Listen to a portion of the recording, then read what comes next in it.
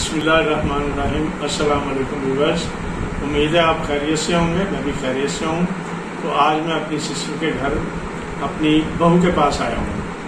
तो बच्चों ने आज फरमाइश की हुई थी कि हमें पास्ता विद वाइट सॉस जो है चिकन के साथ सिखाएं। तो मैंने कहा हमने सिखाना क्या, हम मिलके सब बनाते हैं और खाते भी हैं। तो आज हमने बच्चों की फरमाइश पे डिनर की तैयारी जो की है उससे हमने pasta chicken with white sauce के साथ तैयार किया है।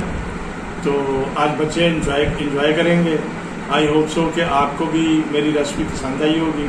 मेरे बच्चों ने पोते पोतियों ने बहुत फरमाइश की थी बनाने की।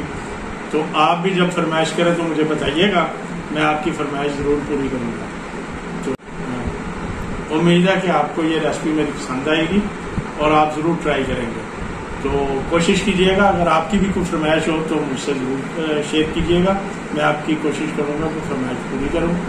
तो अब मैं इजाज़त चाहता हूँ, मेरे चैनल को सब्सक्राइब जरूर कीजिएगा, बेल आइकॉन का बटन जरूर दबाइएगा ताकि मेरी हर आने वाली वीडियो आप तक सबसे पहले पहुँच सके।